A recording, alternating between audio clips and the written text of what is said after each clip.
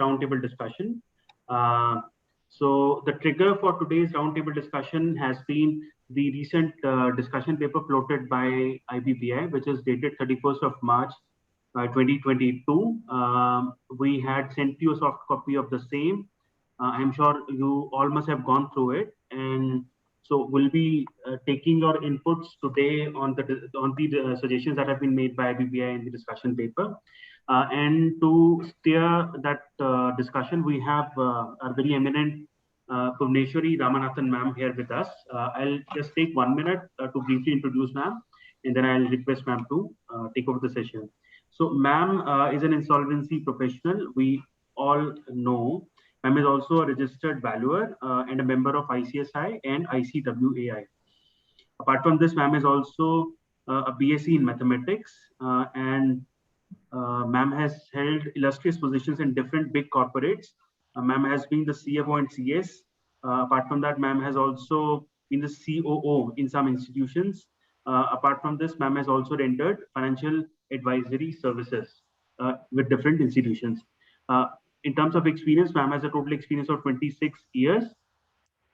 And as an IP, I think ma'am has a record of creating a success story wherein in the first assignment itself, ma'am got 100% recovery for the operational creditors. So with that, I think I can straight away request ma'am to kindly start the session. Ma'am, over to you. Yeah. Thank you, Nitin.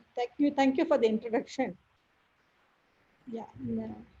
In fact, this is a very interesting discussion paper. Ma'am, I think you're on mute. No, I'm not on mute. Okay, now it is audible, yeah. ma'am. Okay. Good afternoon, everyone. This is a very interesting discussion paper, review of redressal and enforcement mechanism. I'm sure all of you might have gone through this, but anyway, for the I'll try to briefly bring, instead of summarizing, I'm going to take you through this discussion paper. What is the objective of the discussion paper, and based on why they want to do it and things like that. And I'm sure all of us have gone through a part of this disciplinary, proceedings and all that, enforcement, discipline, redressal and enforcement mechanism. Partly or fully. Many of us would have received complaints from IBBI. Letters from IBBI or even show cause notices, and in some cases there may also be some disciplinary action and all that. So now based on this, yes, we all see nowadays the reports where the violation was some few years old.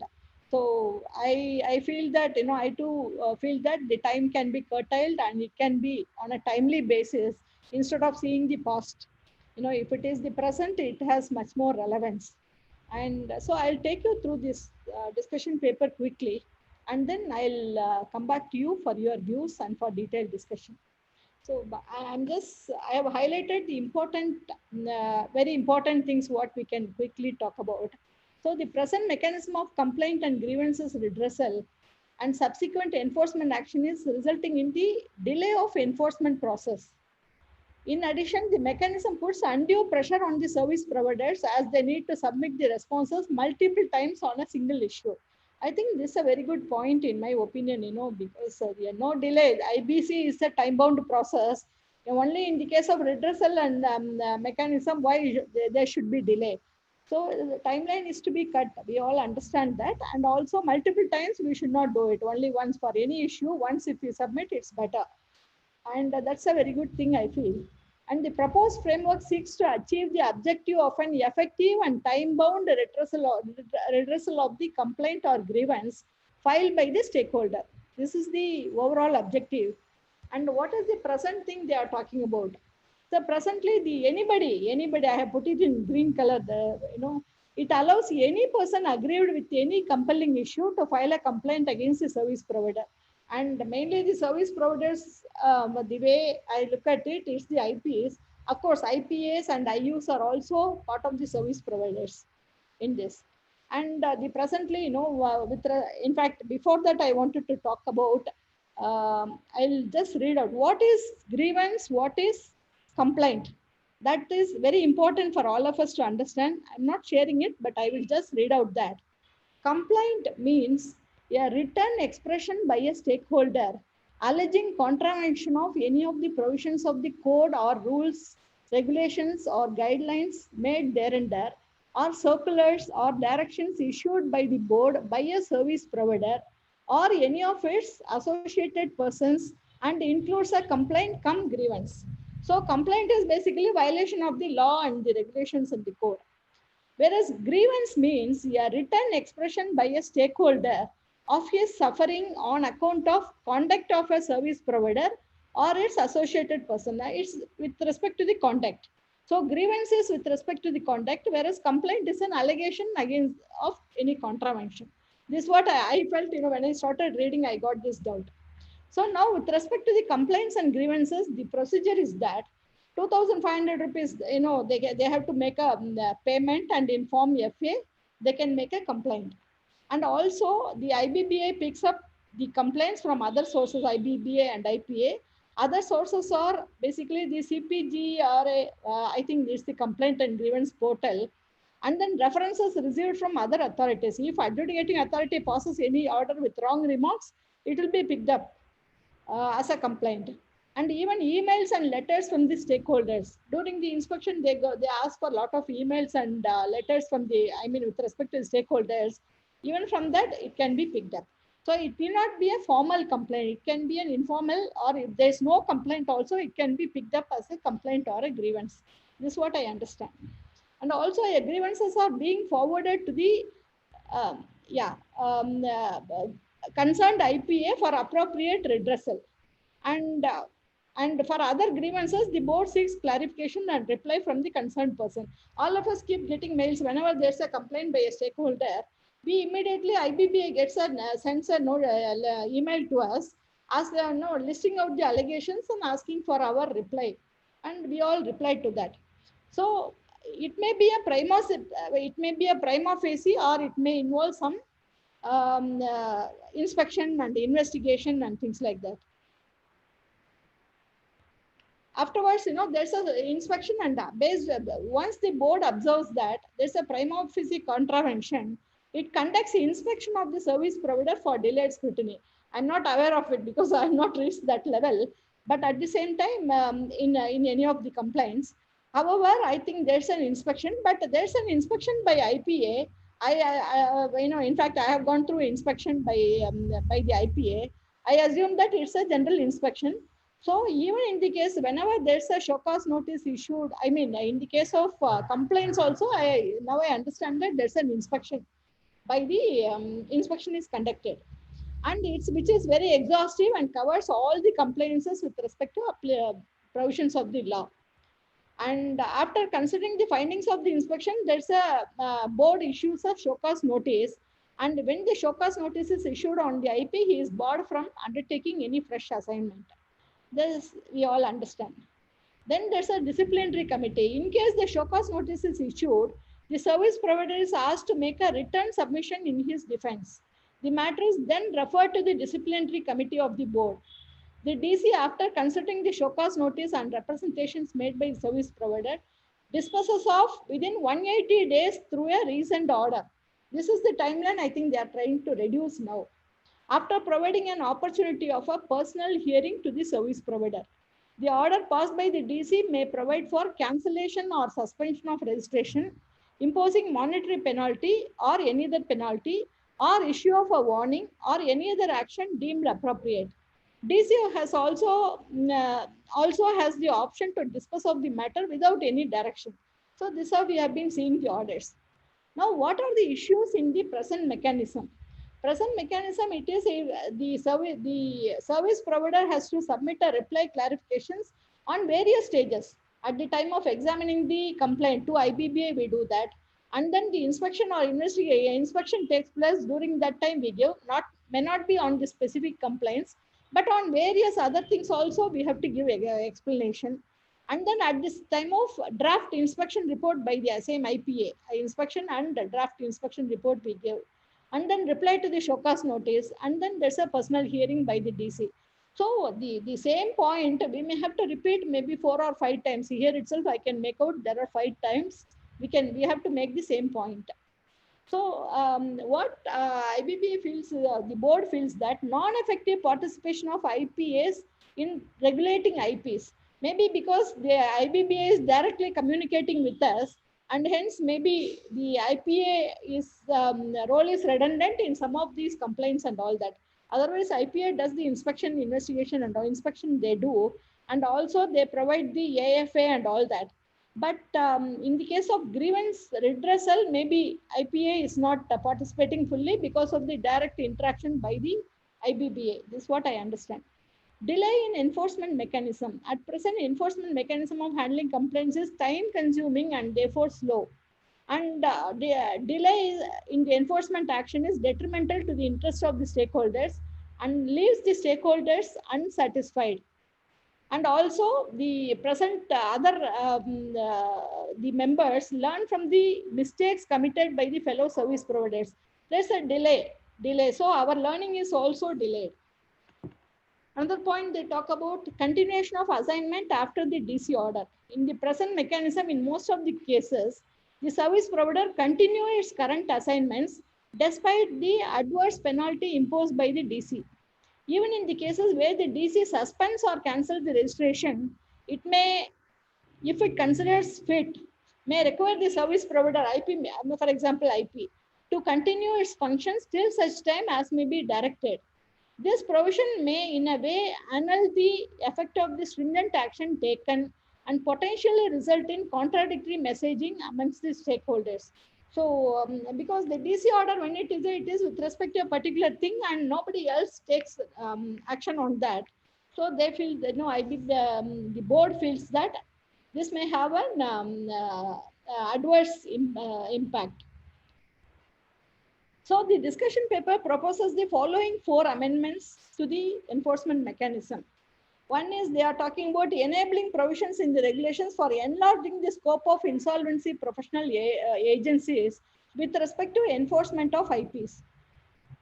So the board has mandated that an IP, anyway, as such now, what is there is that authorization for assignment is given by the IPS, and they also do the inspection, investigation and all that. I think it's independent of it. It may not be due to the complaints received generally. I think it may still continue. And IPS have the prime responsibility for monitoring the conduct and performance of their members, and they are empowered to take appropriate action against their members who do not comply with the provisions of the law. This still continues. So what is the present proposal? The complaint may be handled by IBBA. This is the first thing. See, there's something called complaint and it's called grievance, which I spoke about just now. So the complaints will be handled by IBBA without involving IPAs. This is what we understand. And any grievance means with respect to the conduct of professional, how he behaves, it will be forwarded to the IPAs. This is if so first complaints will be centered around the IBBA and they will try to deal with it appropriately, and only grievances, so that there's a very clear-cut demarcation what IPA will handle, what IBBA will handle. And such grievances falling in the nature of suggestions for amendment in the code or regulations, it will also be disposed of by IBBA. So if it is a suggestion, they will not forward it to IPA, they will do it because they are the lawmakers. Board is the lawmakers, so they will handle it. The board shall monitor the disposal by the IPAs. Even though the grievance is forwarded to the IPA, the board will continue to monitor the disposal. Second proposal, what they are trying to do, considering the examination of a complaint and grievance on the basis of clarifications and records as investigation. So a complaint or a grievance, when it is received, it may be, to discover the veracity of the facts, board seeks clarification records from the service providers. Sometimes what happens on the prima facie, based on the complaint and the reply received, they are able to form an opinion whether there's a contravention of the law or the regulations or whatever is the allegations, whether it is true or not.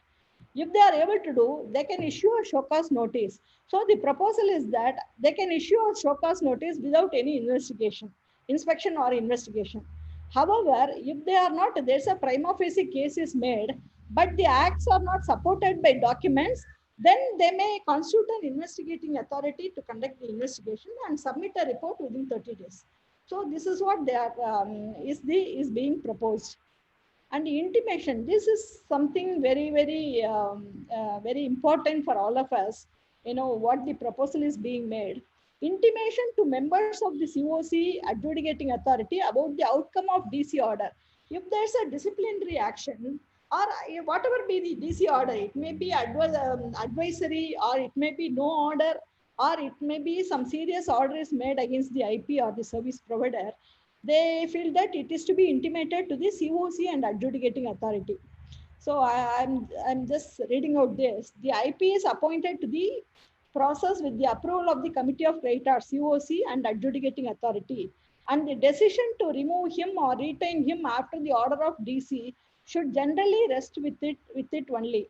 However, it will be in the interest of stakeholders if the order is brought to the notice of AA and the members of the COC by the board, so that they may make an informed decision either to retain the IP or replace him, considering the graveness of violations and the stage of that process.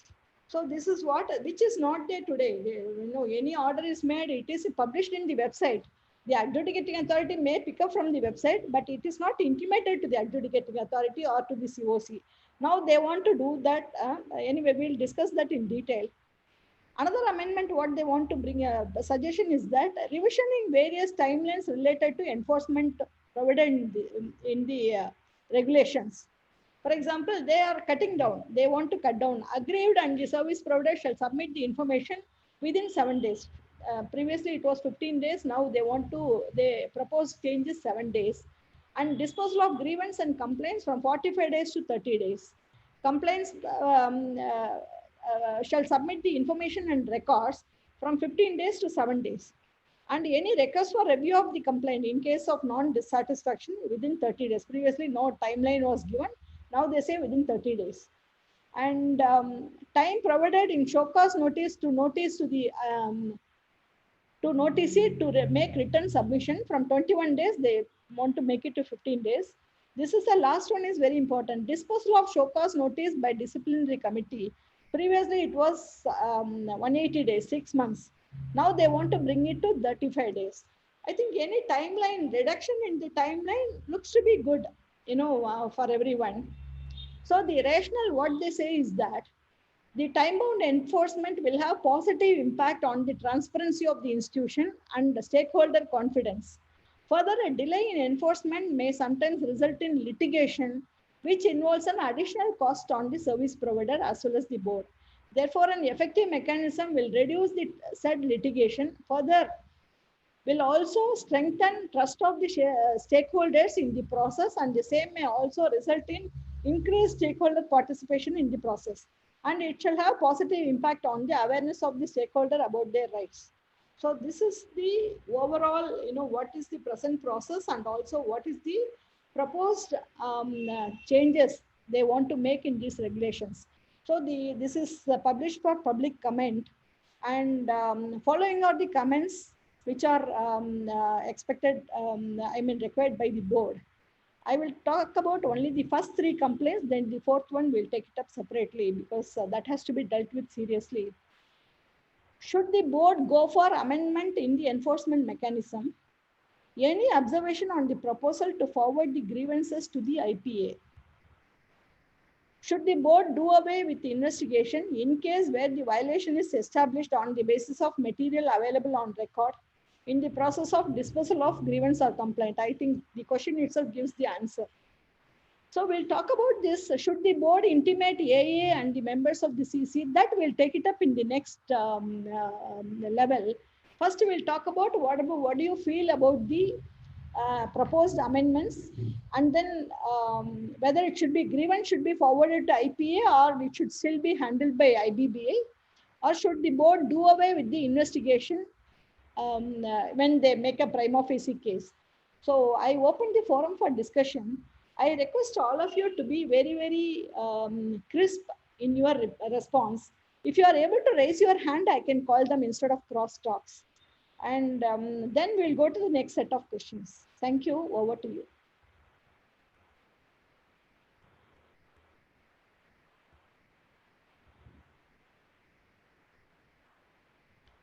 I'm not seeing anybody raising hand.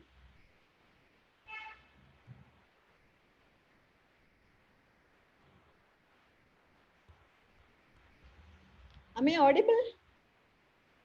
Yes, ma'am, you're perfectly audible. Okay. Participants request you to give your inputs, please.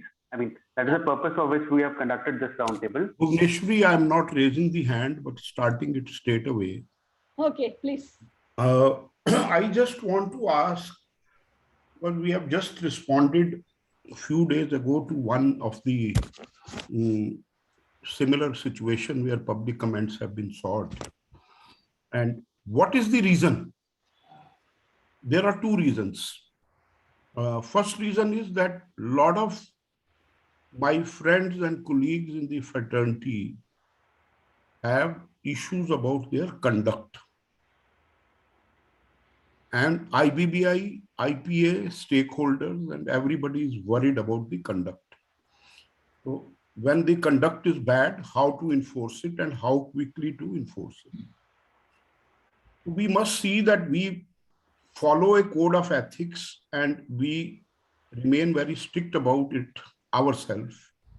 Go to temple every day and say, God, don't let me make any mistake. Don't let me underquote. Don't let me do anything which does not rescue a company which is already in ICU or in a bad shape.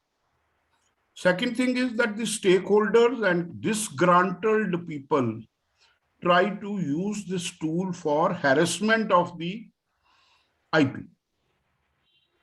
So we must see that both things are curved.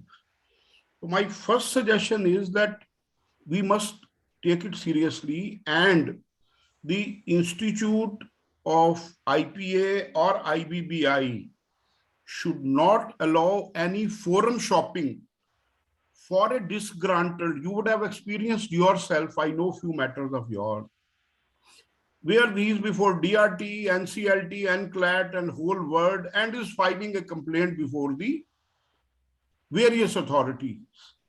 Why any authority should accept any complaint when the matter is sub judice? So in case the matter is already sub judice, whether it is CPG, whether it is anybody, so there must be a column which says that is this matter sub judice or no.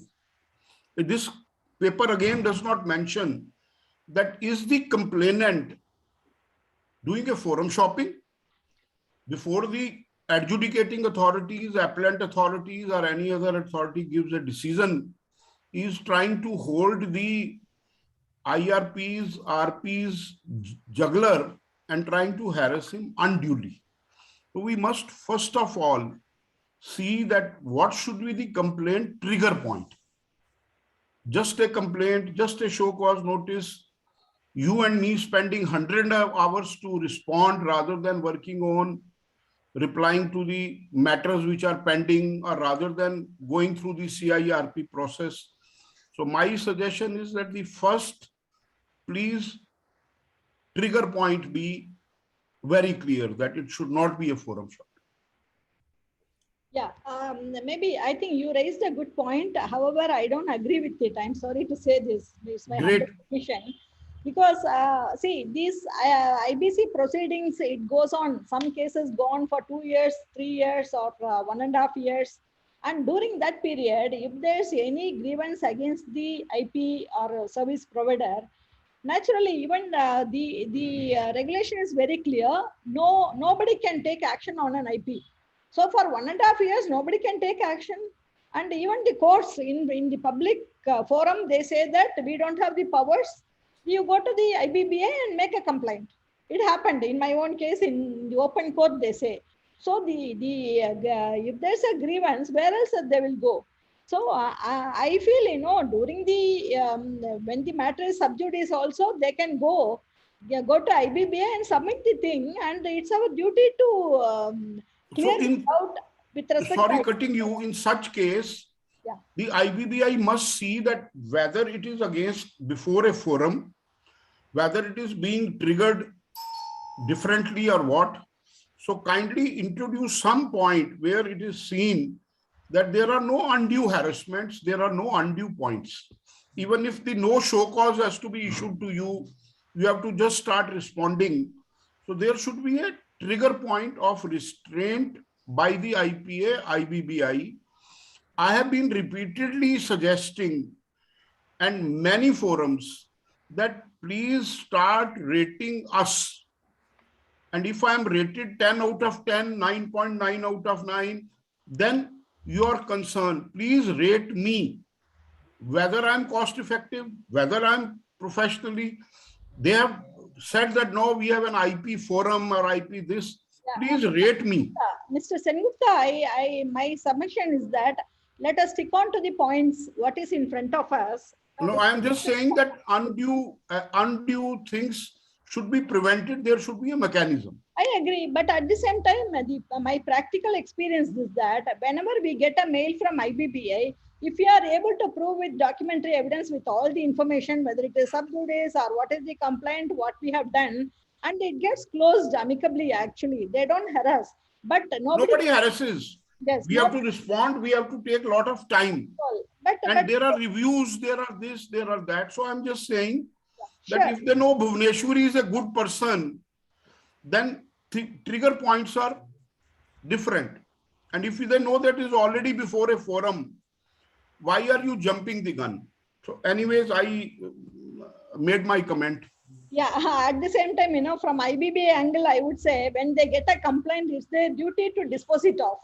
So how they dispose it off, naturally, they have to ask the other side. What exactly happened? What is the document? Is whether the allegation is true or not? I think I don't see any problem in that. So is there any view that, the board should go for amendment in the enforcement mechanism? Is there any other view from anyone? Then in any case, the wrong complainants should be, put to task. And I find IPs filing complaints which are governed by the regulator and IPAs. So the board must ensure that there are only bona fide complaints which come up and not, mischievous complaints. I think this is a very good suggestion. Whenever they feel that, it's a frivolous complaint and prima facie, there's not a complaint and, it's a harassment to the professional. I think IBBI may think of certain fines with respect to the complainants. Today, when there's a complaint, even the IBBI doesn't even inform us. I asked IBBI, is it closed? Will you inform us? No, we don't inform you. We will inform only the complainant. So, and if it's a frivolous complaint, I think they should, IBBI may think of some fines or certain things, so that, this sort of frivolous complaints are not raised by the stakeholders or by anybody. I think that's a very good suggestion. Yeah. Anybody else? Yeah. Mr. Ganti? Yeah, 2 points. Yeah. First, responding to what Mr. Sharma said, any proceeding filed before a forum like NCLT, DRT or any such other forum is always about the matter in dispute. And a proceeding by way of a complaint before IBBI is about conduct of the RP or the liquidator. The two are always different. One might be arising out of the other, but they are two different jurisdictions per se. Okay, so it is not forum shopping. They are for two entirely different issues. The Supreme Court itself has held umpteen number of times that there can be parallel proceedings, one of disciplinary nature of the official concerned and another about the issue. The second part is about frivolous complaints, etc. While I cannot speak for the board or say that this is absolutely authentic information, It's largely what has come around. I believe that around 70% of complaints are closed without even referring to the IP concern, because the board has already determined that they are frivolous. That's it. Yeah. Thank you, Mr. Gandhi. Yeah. Any other view? Okay, let's move on to the next important thing. So I think, with respect to the reducing the timeline and the and also the process, I think, I feel all of us should do that. Should be in agreement with it. That's why I think there's no feedback from anyone. And also the proposal of forwarding the grievances to the IPA. Grievances with respect to the conduct, I think they have asked they proposed that IPA can handle it and the complaints will be handled by IBBI. I think that's not an issue. Ma'am, Yeah. can I take a moment? Ma'am, I can see two more hands being raised. Maybe that is pertaining to the previous point. I'm not seeing, only Mr. Gandhi's hand is there. Sorry, Milind? Yes, ma'am. Am I audible? Yes, yes. See, the question is of the entire process. I really don't understand in IBBI why we are reducing the timelines everywhere. So this is a legal process. If it is a serious thing, if any allegation or complaint is there, and then it has to be complied within that period, with such a shorter period, that is something, a very serious thing. Because it should not, timeline should not be reduced like that actually, because you have to give the papers, you have to prove give the evidences and all that thing. And it takes a lot of time for that purpose. In fact, I'm just showing the timeline in front of you. I think minimum 7 days timeline is there.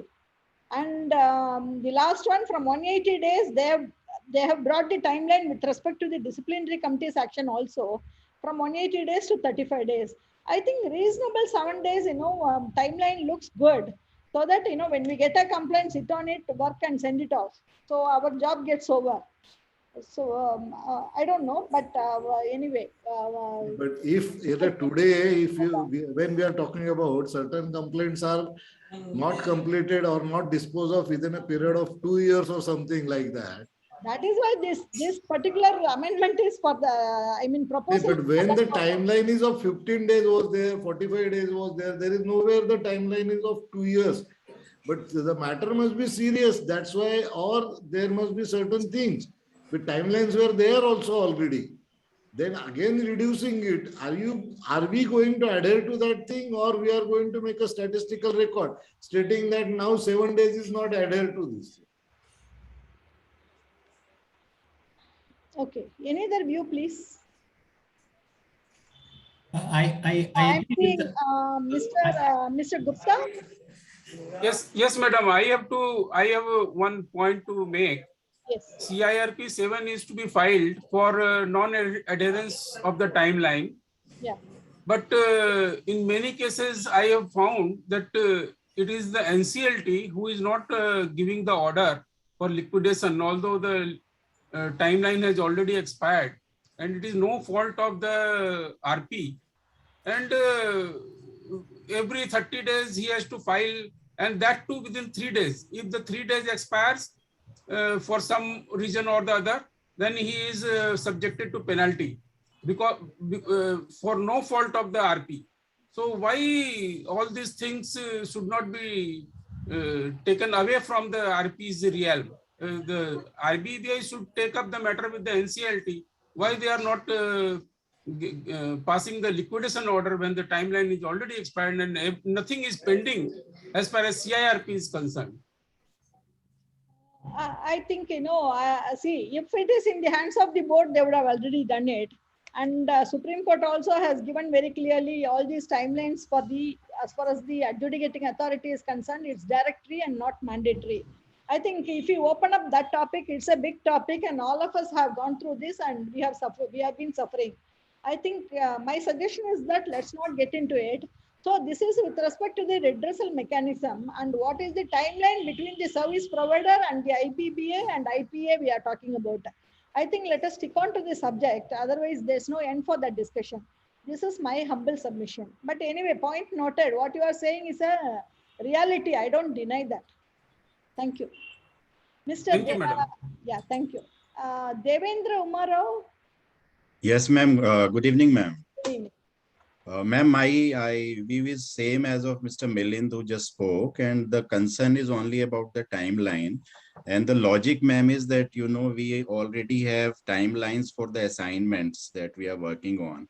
And, you know, those compliances or things to be taken out within 3 days, 7 days, without any holiday being considered or person being ill or, you know, some family issues being considered. So considering all these aspects, because Yeah. Hello. He lost his line. Yeah. I think we lost you, sir. Mr. Patwa? He is muted. Oh, you have muted, is it? No, he's not muted. He's not muted. Mr. Anil Singh Patwal? Yeah, madam. Actually, my concern is that if there is frivolous complaint against the IP is there, and I think the board should handle this under IPC 182, section of IPC 182. There is any false information is given against the NIP, it should be deal in the section IPC 182, and it should be disclosed to the IP also. There is a person, there is a kind of such information is against you. So if there is IBBI is not taking any action, then IP can take it. Yeah. And it is a natural process should be there, because if anybody is suffering from any false complaint or false allegation, it should be come to the notice of the IP also. And IBBI should do the one against the action of that person against IPC 182 false information, or it should be done by the IP also. Yeah, one thing is that I think I request the IPA to take up with the board. See, whenever there's a complaint we receive, we submit all our replies. Afterwards, it's a silent. It is very silent. Even when I ask, they say that they don't inform us anything. They will inform us. But they are making any circular and notification. But it should be mentioned that the person who are giving the information, if any false information will be found in future, so then we will take action against that that person against IPC 182, because he is providing false information, and both IBBI is suffering, we are suffering, and we are just we are giving information and taking what we will do. And you know the kind of language of the IBBI board when you are delivering the disciplinary order, you say that language is very not readable, I think. Yeah, Mr. Patwal, I agree. I think we have already talked about it. The suggestion is that if there's some fine or something, penalty, I think it will be helpful. But at the same time, one thing I want to say that as long as we are clean and we have provided all the information, we need not sit and worry about it. IBBI's duty is to approach us with the details of the complaint and asking for the information. Let us provide the information and do. That's how I have been dealing with it. Anyway, I thought it's my duty to share it. Mr. Tarakan? Yeah, I think halving the time from 15 to 7, I think all of us have expressed apprehension. I suggested it can be better 10 days. Okay. So you want to maintain you want IBBI to maintain the previous timelines? No, a reduction is welcome, but I would say that 7 days when the IPs are working under a definite stringent time schedule, 15 to 7 will just squeeze his time or just trust him. So it's better even if you want to reduce, I would say 10 days would be better. Yeah, I appreciate it. Instead of 7 days, it's 50%. We can say yes. Within the next 10 days, please submit your replies. That would be the right. To get the information, it's a serious matter. So that's why I'm telling you. Yeah, sure. Thank you very much. It's a very good suggestion, I too feel. Thank you. So, Mr. Ajit Jain? Thank you for the opportunity. Actually, my colleagues have already spoken, so I'm just trying to echo what they have already told. Only point is because whenever the records and the information maybe we may need to provide, So those may be quite older one also, where the case might have gone maybe a year or a 2 year long. The case might have been, and then the information or requirement will be like, okay, provide all the minutes, all the notices, or all other things. So it may take more time than the 7 days time. So my also humble submission to the forum will be that can we increase that timeline from the 7 days, because 7 days is going to be a too tight timeline. That's what I want to say. Thank you, ma'am. Thank you very much. Nitin, I hope you have noting down. I think instead Yes, of ma'am. 2 days, Yes. 10 days looks to be reasonable actually. So, ma'am, is it for regulation number 6.2 or 7.2 or both of them? All wherever 7 days is there, I think Okay. if you try to 10 days, minimum 10 days for any response, it will be better. Okay, ma'am. Yeah. Noted, ma'am. Yes. May And I? it may also add that the honorable regulator can grant extra time on a situation. I can plead. So you can add that matter to matter, the regulator may give additional time. Yeah, Mr. Gupta, Mr. Gandhi, I'll come back to you. Yes, madam. Yeah. I have seen in 1 or 2 cases that complaint has been made against the RP with the IBBI, and after some time the complainant receives a reply that the matter has been disposed of. But how it has been disposed of, that is not informed to the complainant. So I request that IBBI should give a reasoned and speaking order how the complaint has been disposed of by the IBBI, how it has been disposed of. I don't know. I have been, in my case, I think most of the IPs are on the receiving end. We have only received. We have not made complaints to IBBI. So we are not aware how it has been disposed of. Maybe you have that experience, it looks like. I think, Nitin, you may please take up how it is. It's a recent order. Yes, it's a good thing actually. One claimant, one financial creditor had given the claim, but the RP didn't accept it. Then he complained with the IBBI. Thereafter, IBBI informed that it has been disposed of. But how it has been informed to the complainant. Okay, fine. Thank you. Mr. Gandhi? Yeah, one of the objectives of this paper was also to avoid repetitive submission of the same information at various stages during the disciplinary process.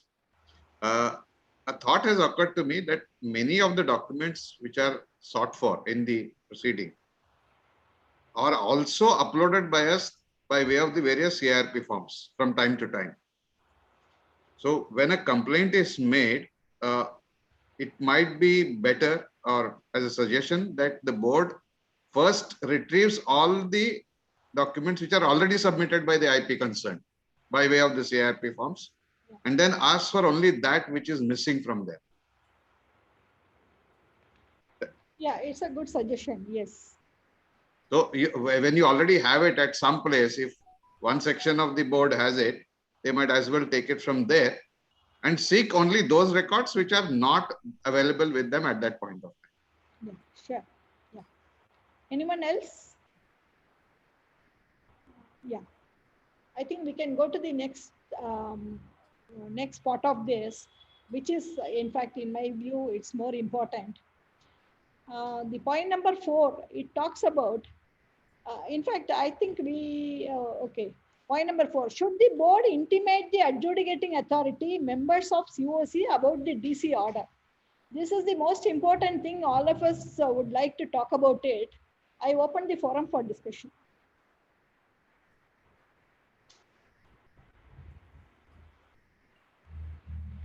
Anybody other than who already spoke? Is there anybody who wants to talk about it? I see some hands are already raised. Let us give importance to the, chance to the other participants first. That means you have accepted the change in timelines or other suggestions. Yeah. Whatever is suggested, it will be intimated to by the IPA. No, in the upper box, we are not requesting any change, because let the regulator be given time. Why you want to give pressure to regulator in point number 2? Let the regulator have his own sweet will. Why you want to reduce regulators? because they have a lot of. This is the discussion paper. The feedback will be collected. Anyway, all of you are voicing the concern. It will be intimated. And So- also you can make your own suggestions. Yes, so we are accepting, or we will give our suggestion. Please. Then you are right, we can move to point number 4. Yes. Yeah. Mr. Patwal, you are still, your hand is on. Do you want to talk about it?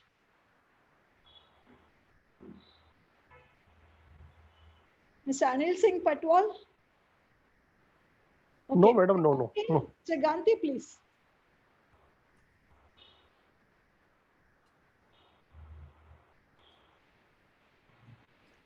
Sorry, that was from my previous Okay. response. Mr. Patwal, do you want to talk about this?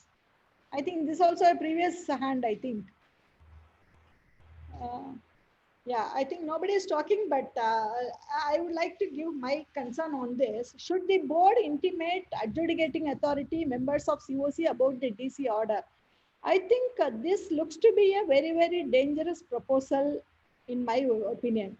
For example, if I am conducting 5 processes, it may be liquidation or it may be a CARP process, and the order, from the DC order is basically maybe a 2-year-old or 1-year-old, assuming that the timeline is coming down and it will be recent.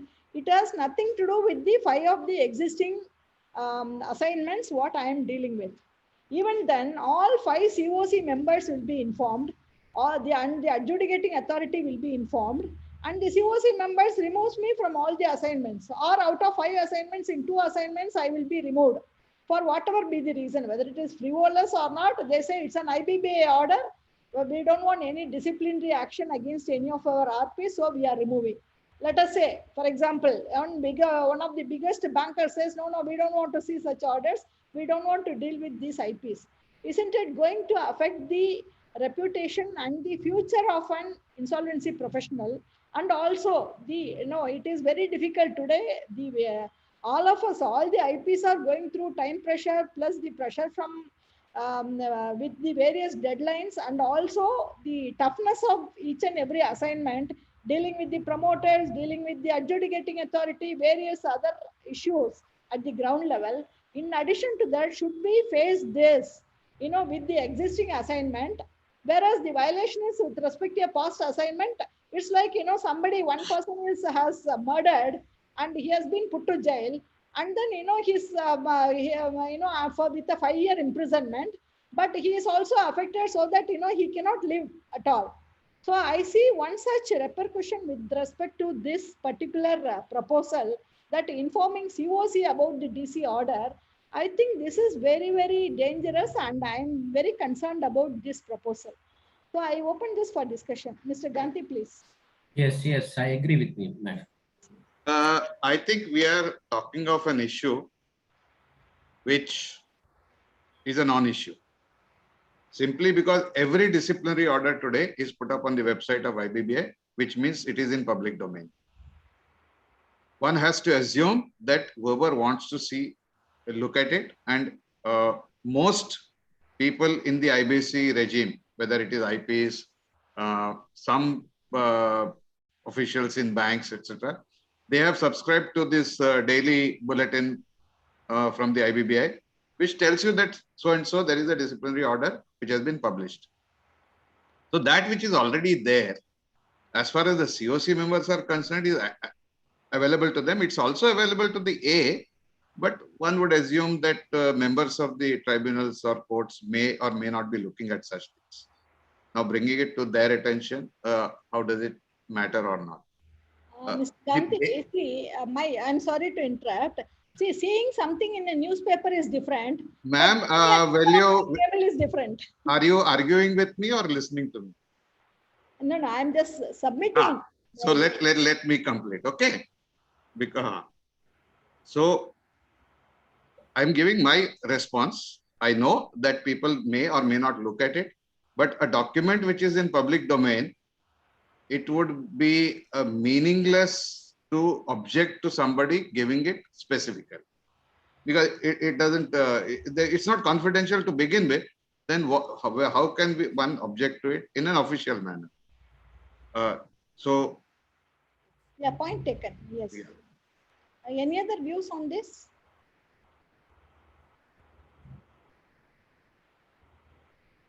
Sir, if it is already there in the public domain, okay, what is the need for again focusing it on all the current this thing? As you said, it is a non-issue. I agree. But when it is already there in the public domain, why it should be specifically served on the current COC or A? But the issue is that the amendment does not clarify which AA, which COC. So the issue is not even that specific. Will it go to all the banks, or will it go to the banking regulator, or will it go to the chairperson and CLAT, or whom? So apparently the modification even is not clear. No, the way the regulation is worded, it is the duty is cast upon the IP concerned to intimate the COC and A, which means that, yeah, that means the one where he is there, where the IP is involved. Because it is the IP who has to give it, not the board. The board is not talking of giving it. It is saying the IP shall. Could the board intimate to AA/members of COC about the DC order? Yeah, but if you look at the draft regulation, the language has changed.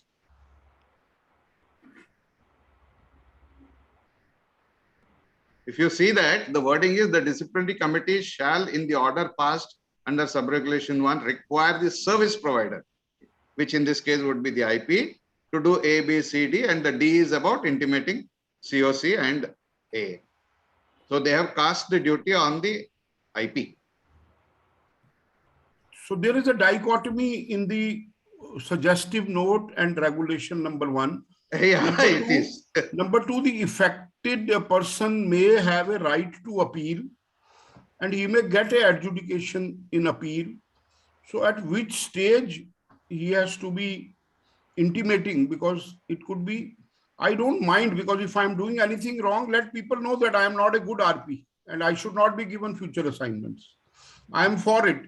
And in fact, more and more we get disciplined, more and more we get good orders that we are good RPs. It is always good. So regulator is worried because RP's conduct is wrong.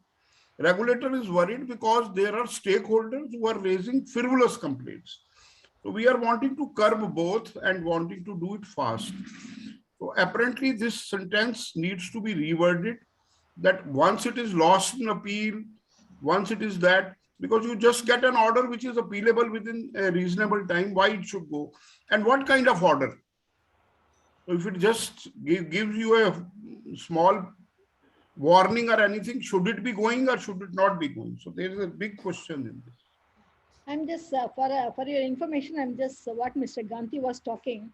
The disciplinary committee shall, in the order passed under subregulation 1, require the service provider to intimate the order to all the COC members, all the members of committee of creditors of the insolvency resolution process in which service provider is acting as an IRP or RP, as the case may be, and to the adjudicating authority. To all the members of the committee of creditors in which he is acting as IRP or RP, as the case may be.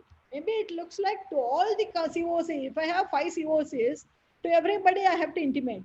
Yeah, in each one, every single one. And also to the adjudicating authority. And if they are different As, then every single A, every single bench. Yeah. But it has missed out liquidator there, that should get added. Yeah. But at the same time, I don't know, this doesn't seem to be a very positive thing for me. Yes, in the public domain it is there, but it has nothing to do with the present COCs. And yes, in the past few years, all of us have been learning, and today also on each and every case, there are certain new learnings. When that is the case, if it is treated, if it goes to the disciplinary action or whatever it is, should it again affect us in the future assignments? That is a question mark. I would submit it here. Ma'am, one more important thing is that you are delegating work to IPEs. You are delegating work to professionals, like the previous note we referred. And you depend on so many things from an IPE, which is also a registered agency. And it is only that hanging is to be done for the RP or IRP. Nowhere an IP is asked to answer and what was your role, what was your delegation, what did you do, how much RP depended on you. There is nowhere IPE coming still into picture. I think basically whatever assignments as IPs, we have decided to undertake tremendous responsibilities. To that extent, I think we have to shoulder that. They cannot go to each and every professional and ask questions. Finally, we are answerable. I think that's fine. You are fully depending on IPE, and IPE you are assigning them and you are monitoring them. But if somebody in IPE makes a mistake, then how do you deal with it? Maybe there should be a complaint on the IPE, but nobody complains on the IPE. It comes on the head of the IPs. Yeah, Mr. Anil Singh Patwal. Yes, madam.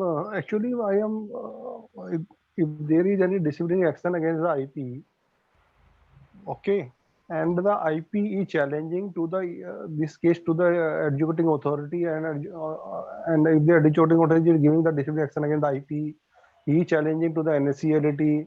If the NSCLT is giving the against the order of the IP, he is challenging in the Supreme Court. So in that case, he have to give to the COC, or till he have to be wait for the final order of the upper court. I think that is the matter is the sub judice. I don't know. That's what it has to come out of this proposal. But what the may I answer that query, ma'am? Yeah, please. Yeah, as of now, Patwalji, there is no appellate mechanism at all for a disciplinary order. And the even if at best it is a writ petition or a SLP, NCLT and NCLAT will not hear any order, any appeal or application against the order of IBBI. As of now, it doesn't exist. So this discussion note talks of introducing a first stage appellate mechanism.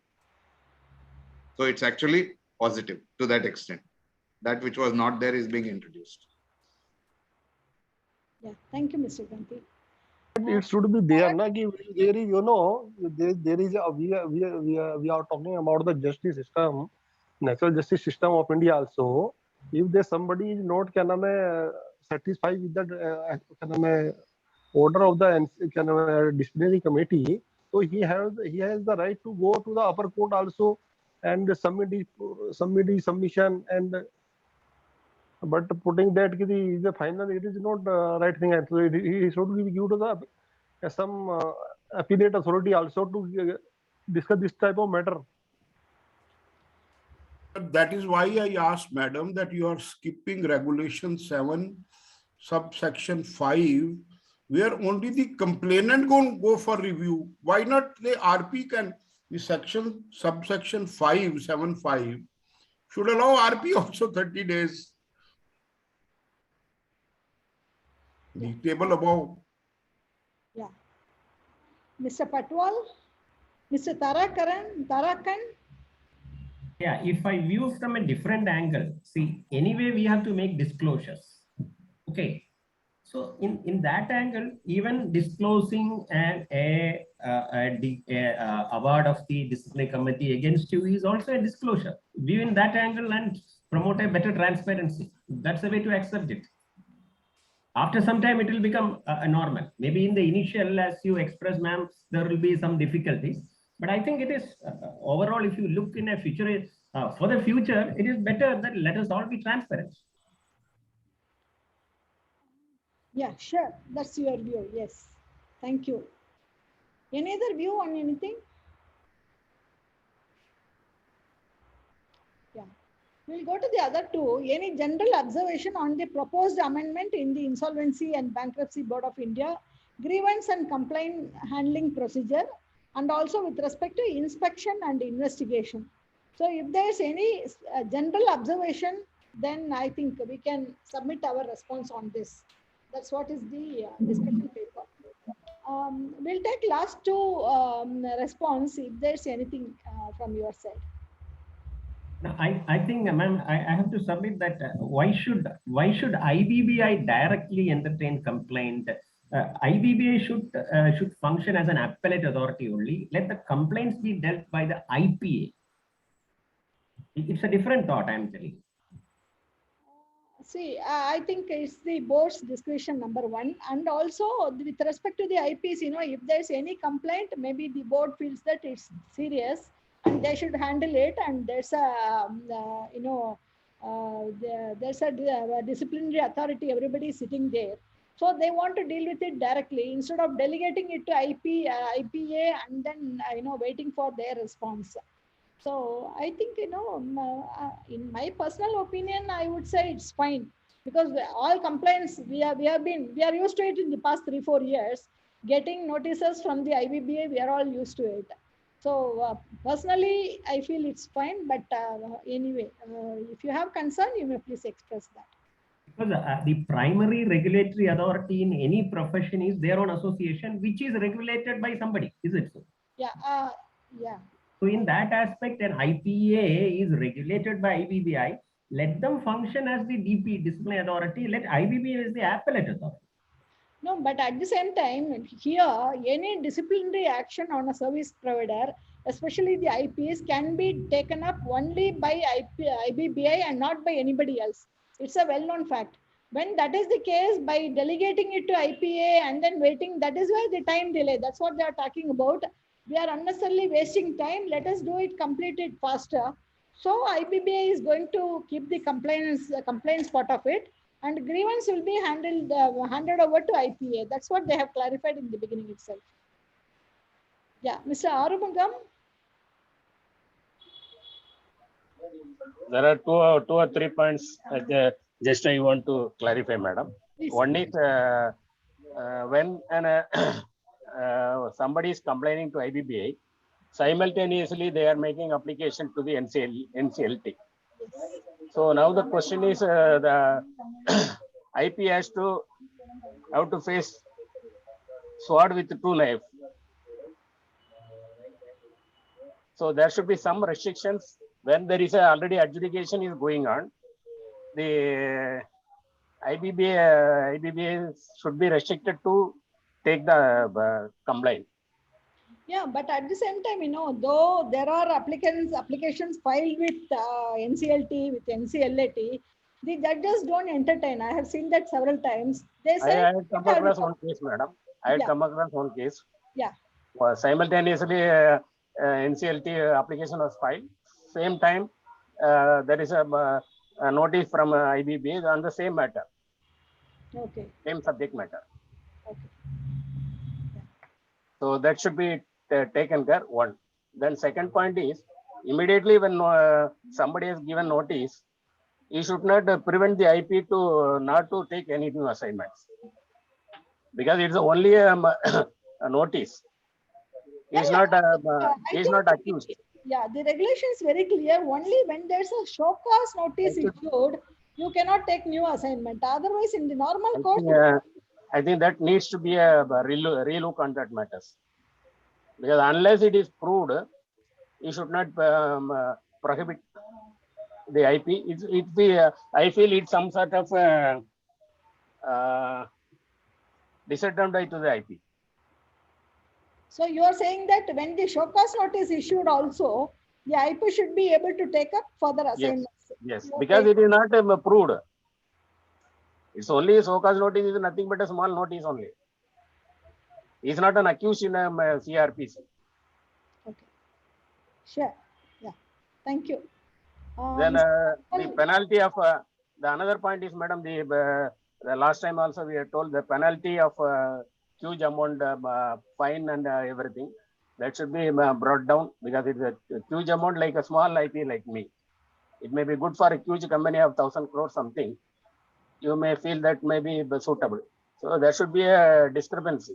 Everybody cannot be equal. When 50 lakh project and 1,000 crore project. Yeah, separate topic. I think we will not be able to cover it in this. So you have to reduce it or you should modify in such a way that it should be suitably amended. Yeah. Any other views? Thank you, madam. Yeah, thank you very much. I think we have gone through most of the, all of you participated well. Thank you very much, and I'm sure IPA will take these responses to the board, and we also may go through the public comments forum and let us give our views. Finally, I have seen in many of the cases the views are considered, and accordingly, final regulation is prepared. So let us actively contribute to this. Thank Hello, you actually, so much. madam. Yeah, yes. Madam, actually, क्या है कि since inception of this IBC, Yeah. if you say there is no any facility or right is giving to the RP or ARP, but they are putting some, only the person of this IP is a person. They are giving responsibility more. But they are not talking about the NCLT. There are so many cases pending. They are not handling this. But everything is coming to the shoulder of the IP. You do this, do this, do this. But where is they are not talking about the fund. They are not talking about the how the IP is suffering from the fees point of anything. But they should give also the responsibility to the IP also, because he is dealing with the so many person. The educating is there, IBBI is there, some people is there. So, but it should be give some responsibility and election to the IP also. That's a big discussion you are getting into, and second thing is forums. Second thing is that, madam, because the professional, CA, ICWA company secretary, the government introduced recent new bill amendment. The professionals,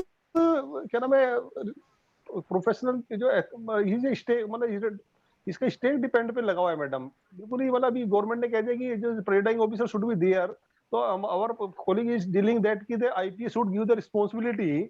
So they both three student is not taking any action against this our member. So then government is introducing the presiding officer in the disciplinary committee.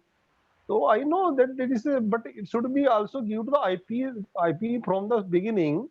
The government should give the kind of responsibility or kind of rights and some relaxation also to the IP. But they are putting pressure every time, every day, every 15 days. I think all of us are used to the pressure and all that. And no, but it is a huge responsibility, madam. That is it. Maybe so many regulations, so many rules, regulations, and the timelines is because it's a huge responsibility. And but I would say no. My personal opinion is that IBC is a sort of.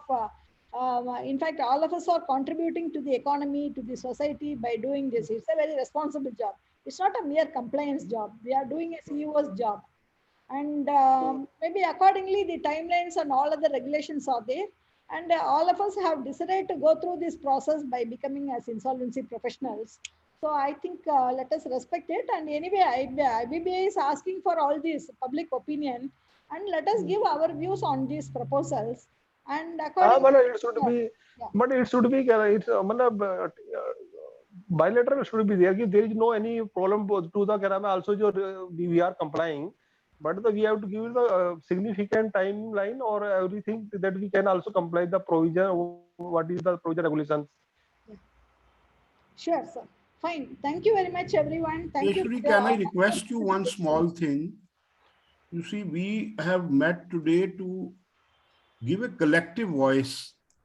First request, let everybody, we have 2 weeks, let everybody respond. And can you, before concluding with my full thanks to you, can you say that we give a single voice? So we say, yes, this amendment is necessary. Yes, these are the timelines. Can you broadly just wrap it up with that so that our response is a kind of a single voice, and let you be the voice, and let's try to close, but we will all file our responses. So can you give 2-3 minutes on that so that we are all on same page? My second request is that while we file, we must file a specific, because again, when you get the option 2 and option 1 to respond on the website, So please give a definitive response and don't go into. So can Bhuvaneshwari, can you just wrap it up in 5 minutes with thanks to you? Yeah, Mr. Sharma, thank you very much. See, there are several participants who have not opened their mouth. They may be having different views. See, anyway, the overall timeline reduction in timeline is an appreciable thing, for everyone, so that we don't go through the continued time pressure and also the pressure because of the issue pending.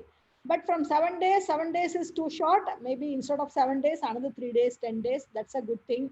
And we all spoke very well, discussed about communicating to the adjudicating authority, to the members of the COC. And there may be certain views which people have not expressed.